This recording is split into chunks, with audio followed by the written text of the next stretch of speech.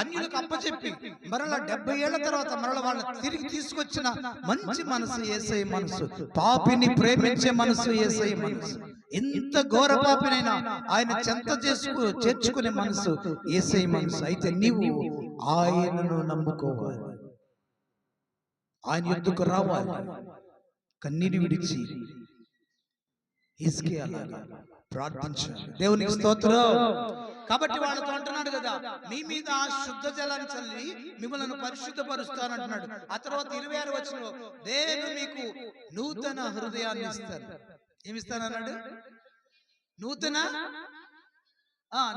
స్వభావాన్ని, నూతన స్వభావం అంటే పాత స్వభావం తీసివేసి నూతన హృదయాన్ని నీకు ఇస్తాను, నూతన స్వభావాన్ని నీకు కలుగు చేస్తాను, రాతి గుండెను తీసివేసి మాంసపు గుండెని ఇస్తాను. అప్పుడు ఎలా ఉంటారు?